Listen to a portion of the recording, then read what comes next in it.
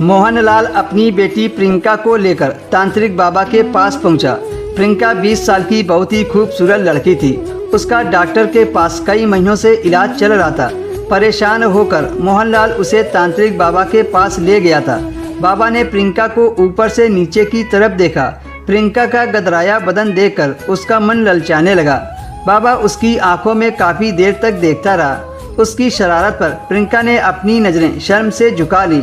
फिर बाबा ने कुछ मंत्र पढ़कर प्रियंका के ऊपर फेंके और त्रिशूल लेकर उसके सिर से ऊपर हवा में लहराकर गरजा। बाबा प्रियंका की तरफ देखकर इशारेबाजी करता रहा। फिर उस ढोंगी बाबा ने प्रियंका के अनपढ़ पिता को समझाया कि इसे 3 आत्माएं मिलकर सता रही हैं। अभी वो मेरे सामने नहीं आ रही हैं, पर तुम चिंता मत करो, मैं उन्हें जलाकर खत्म कर दूंगा। कहकर बाबा ने कुछ मंत्र बुदबुदाए और एक बड़ा सा माला प्रियंका के गले में डाल दिया। इसके बाद उसने अंधविश्वासी पिता से कहा, हवन जाप यहीं पर होगा, क्या तुम्हारे पास 10,000 रुपये हैं? पिता ने कहा, जी महाराज। उस बाबा ने चेतावनी दी कि यह लड़की देवी माँ की शरण में रहेगी तो प्रेत आत्माएं इसे सता नहीं पाएंगी। तुम 10 दिन बाद यहाँ रुपए लेकर आना। उस बाबा की बात प्रियंका के पिता मोहनलाल को जम गई।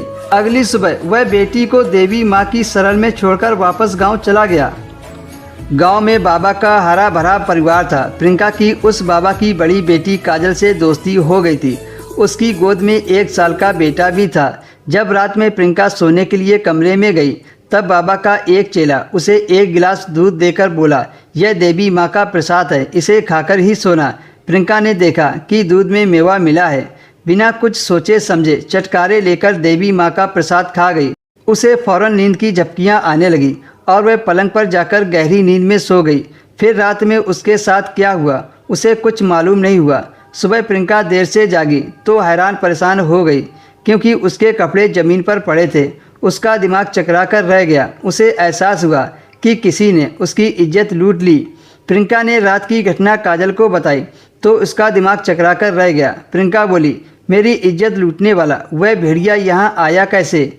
यह सुनकर काजल ने कहा, तुम चुप रहो तो मैं उस भेड़िया को रंगे हाथों पकड़ सकती हूँ। फिर रात को वही चेला प्रियंका को 1 गिलास दूध देकर चला गया। तभी उसके पास काजल आ गई। उसने वह दूध एक बिल्ली को पीने के लिए दे दिया। वह बिल्ली दूध पीते ही सो गई। प्रियंका बोली, काजल इसमें कुछ मिलाया गया है। जब घर के सभी लोग सो गए तब खिड़की के रास्ते से कोई प्रियंका के कमरे में कूदा और प्रियंका के बेड की तरफ बढ़ने लगा। तभी प्रियंका और काजल ने कमरे की लाइट ऑन कर दी तो देखा बाबा प्रियंका के बेड पर था।